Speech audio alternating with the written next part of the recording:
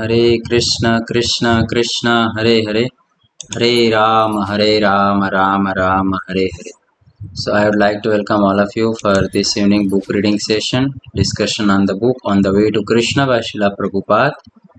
And we are in chapter 5 of this book, and this chapter is entitled as Steering Towards the Supreme.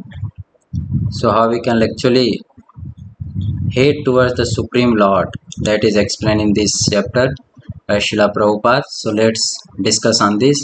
Udarah sarva evayate jnani to atmeva me matam asthiva sahi yuktatma mam evanu uttamam gatim.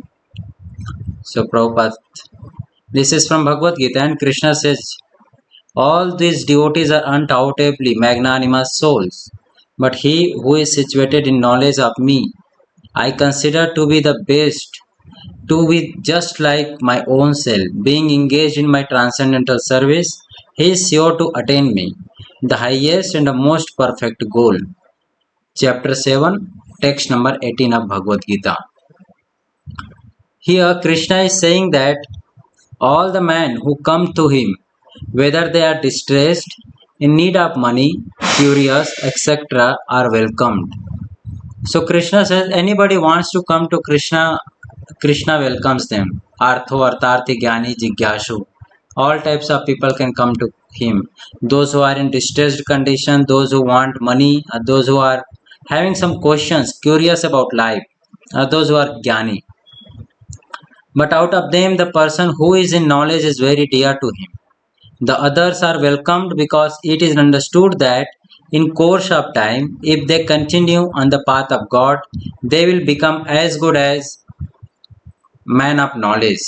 Generally, however, it so happens that when one goes to church for profit and the money doesn't come, he concludes that approaching God is nonsense and he gives up all the connection with church. So Prabhupada is giving example of the church that people go to church and they ask money to the Lord, and when the Lord do not supply them money, then they reject the God. In church, Prabhupada has seen this. That is the danger of approaching God with ulterior motives.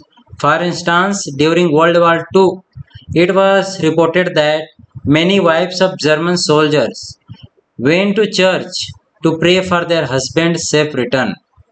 But when they found their husbands had been killed in battle, they became atheistic. Thus, we want God to become our order supplier, and when He does not supply our order, we say there is no God. That is the effect of praying for material things. So it's very dangerous when we pray to Lord for material needs, and when it is not fulfilled, then we reject the God only. We do not try to change ourselves, but we actually reject the God. In this connection, there is a story of a little boy, about 5-year-old, named Dhruva, who belonged to a royal family. In the course of time, his father, the king, tired of his mother and deposed her as his queen. He then took another woman as queen, and she became stepmother to the boy. She was very envious of Dhruva, and one day, as Dhruva was sitting on the father's knee, she insulted him. So Dhruva was insulted by his stepmother. Oh, you cannot sit on the lap of your father, she said, because you are not born of me.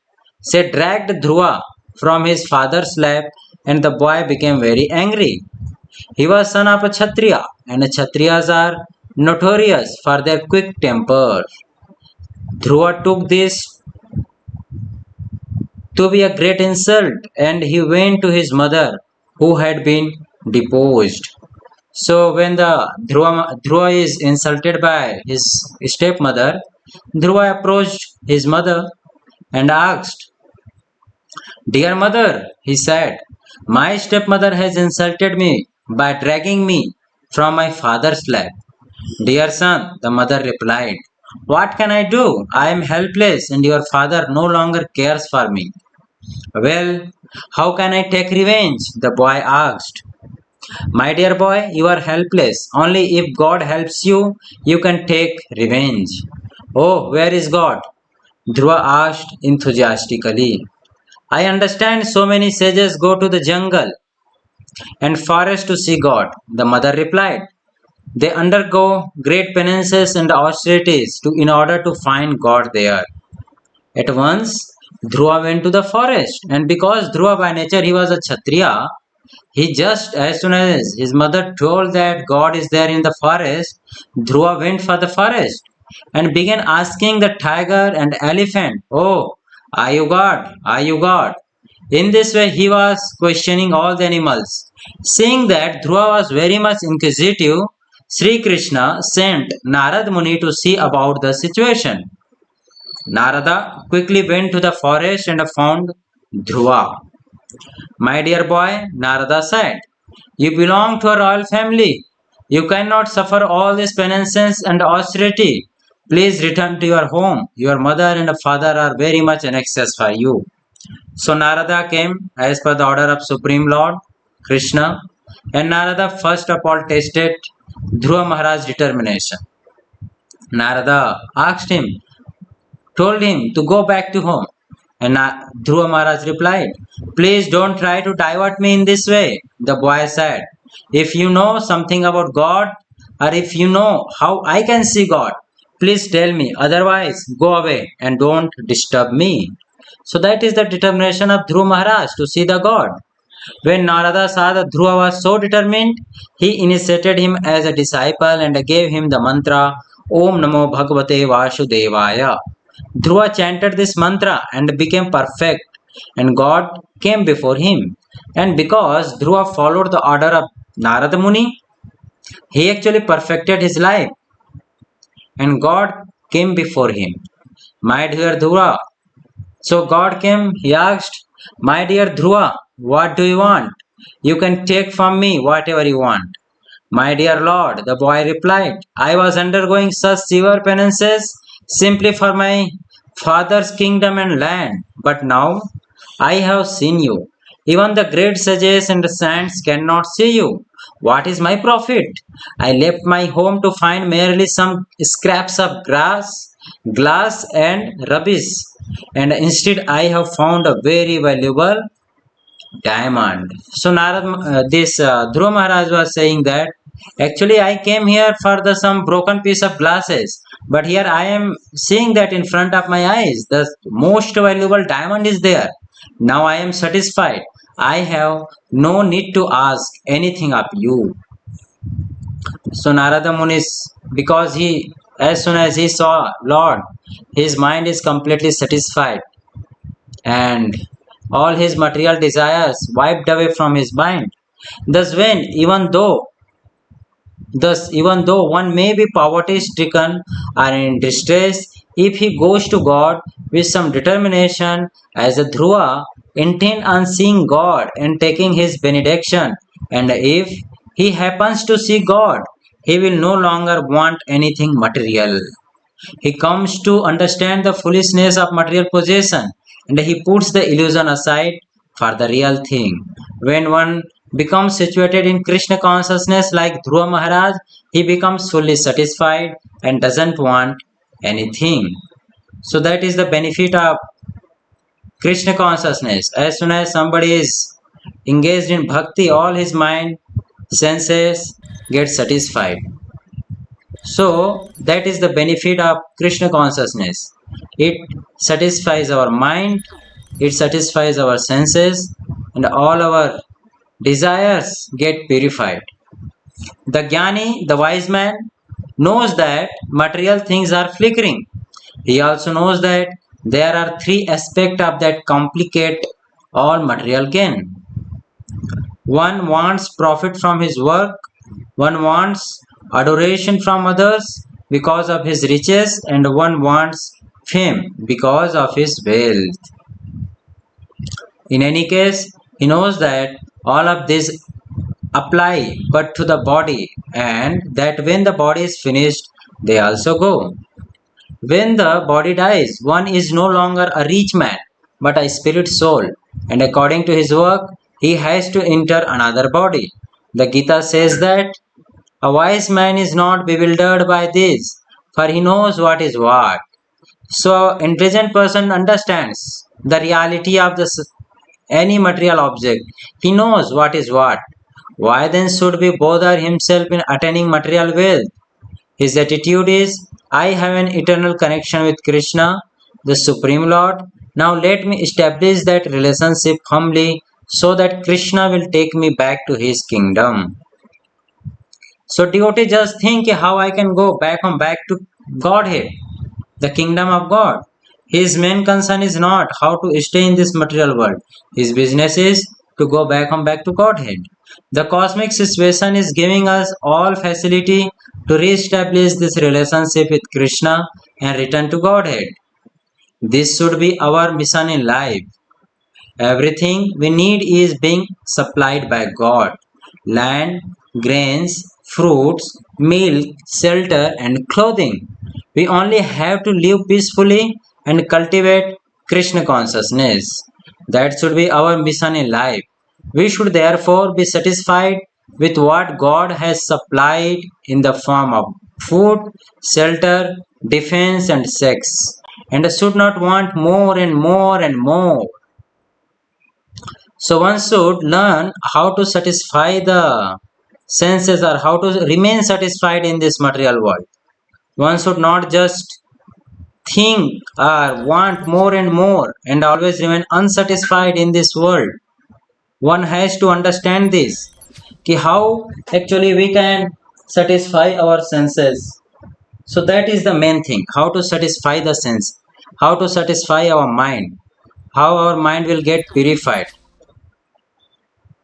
Prabhupada says further, the best type of civilization is one that ascribes to the maxim of plain living and high thinking. This is the philosophy of Krishna consciousness. Simple living, high thinking, or plain living and high thinking. It is not possible to manufacture food or sex in a factory. These and whatever else we require are supplied by God. Our business is to take advantage of these things and become God conscious. Although God has given us all facilities to live peacefully on this earth, cultivate Krishna consciousness, and finally to come to Him.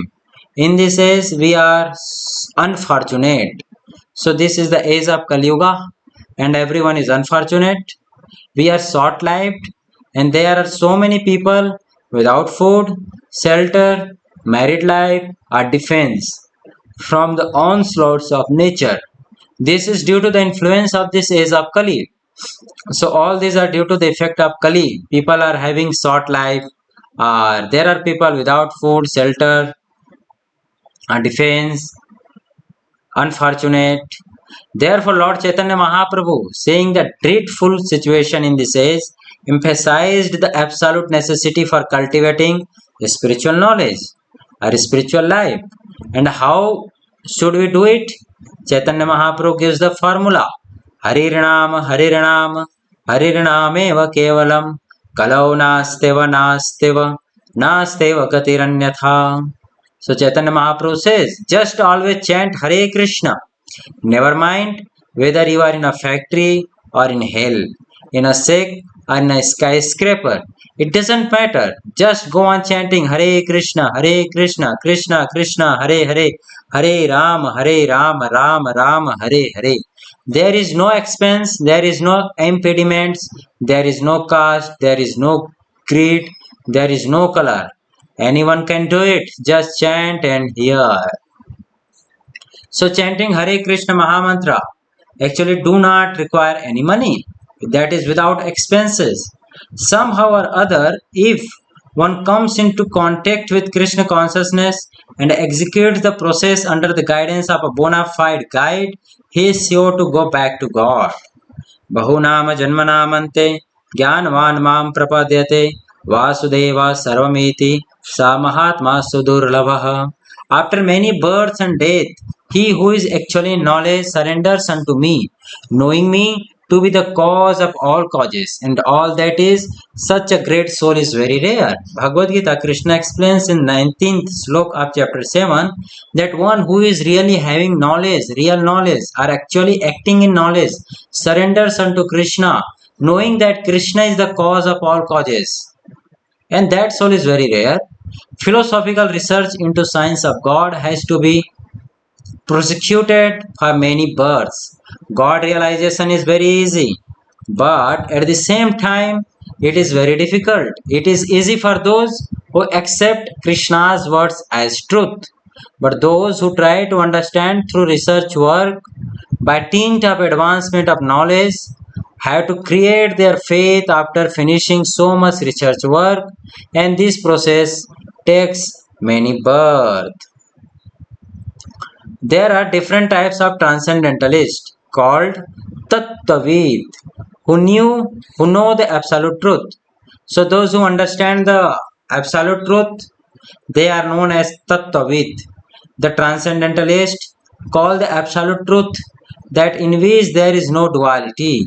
In the absolute truth, there is no duality. Everything is on the same level. One who knows this in truth is called Tattvavid. Tattvavid means one who knows the absolute truth in reality. One who understands that there is actually no difference or no duality in absolute truth. Krishna explains this. Janma karma chame divyam evam veti tattvataha. Understanding Krishna's birth, Krishna's activity as a divya, transcendental. Krishna proclaims that absolute truth is known in three aspects. So this Param Satya absolute truth is known in three aspects. What are these? Brahman, Paramatma and Bhagavan. The impersonal Brahman effulgence the localized supersoul and the supreme personality of Godhead. Three things. The impersonal Brahman effulgence, the localized supersoul and the supreme personality of Godhead. Brahma, Paramatma, Bhagavan. Thus there are three angles from which one may envision the absolute truth. One may view a mountain from a great distance and thus perceive it from one angle of vision. As he comes closer, he may see the trees and the foliage of the mountains. So Prabhupada is giving an example of mountain. If someone sees the mountain from too far, he will just see the one angle of vision. When comes near, he will find there are different things, and if he begins to climb the mountain, he will find so much variegatedness in the trees, plants and animals. The objective is the same, but due to different angles of vision, sages have different conceptions of the absolute truth. Another example, there is the sunshine, the sun disk and the sun god. So sun can also be understood in three aspects: sunshine, then sun disk, then sun god. One who is in the sunshine cannot claim that he is on the sun itself, and one who is situated in the sun is from the point of view of vision better situated.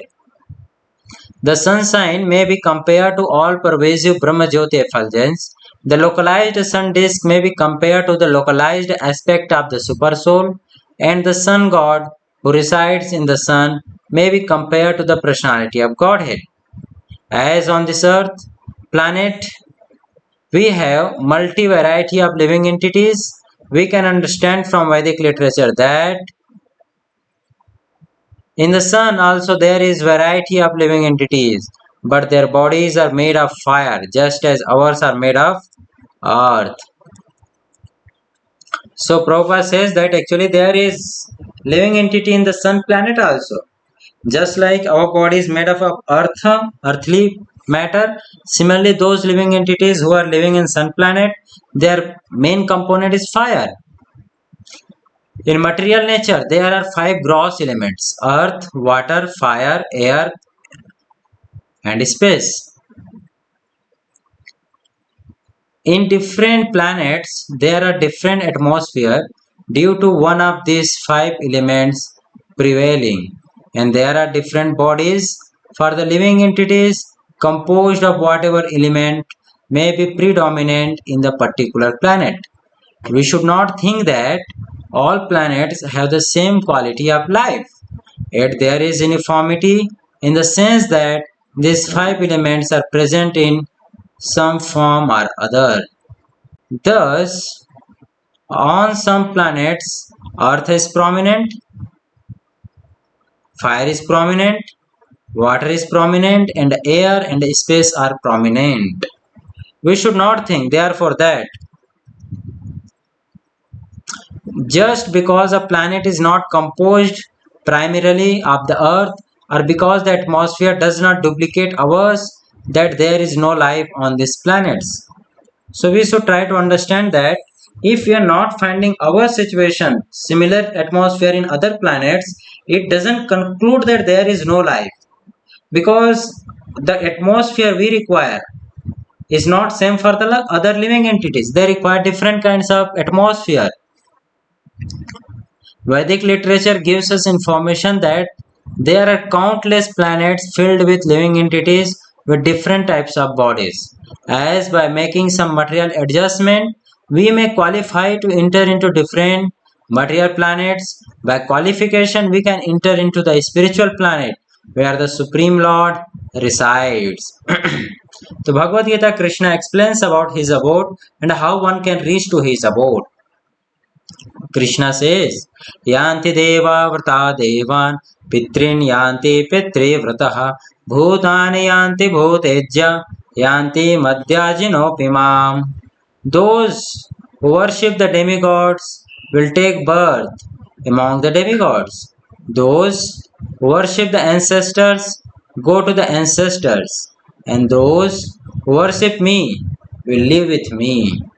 Bhagavad Gita chapter 9, text 25.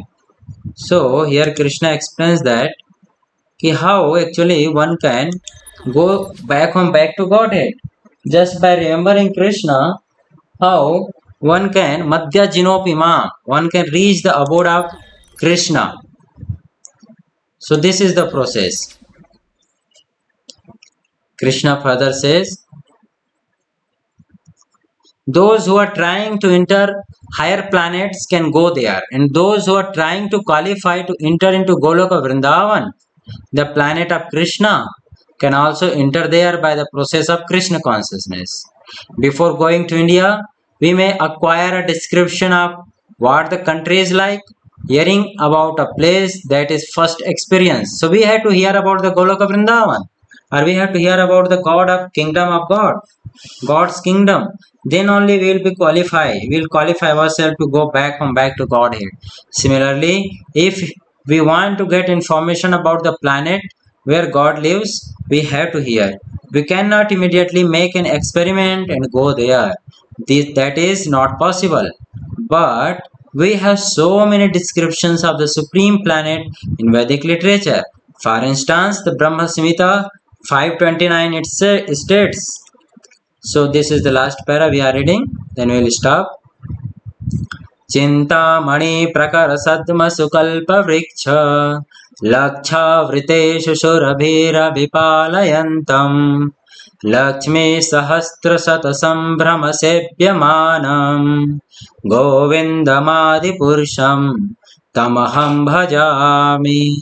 I worship Govinda, the primeval Lord, the first progenitor, who is tending the cows, fulfilling all desires, in abodes built with spiritual gem, surrounded by millions of wish fulfilling trees. I always served with great reverence and affection by hundreds of thousands of Lakshmis or Gopis. So this is a description given in the Brahma Samhita. There are also other detailed description given specifically in Brahma Samhita, like Venu Kodantama Ravinda Dalayatacham, like how Krishna is walking or going to tend to the cows. Like many descriptions about the Goloka Vrindavan is already given in Brahma Samhita. So we will stop here for today. Thank you very much. Hare Krishna, Krishna Krishna, Hare Hare, Hare Rama, Rama Rama, Hare Hare. Thank you very much. Srila Prabhupada ki jai.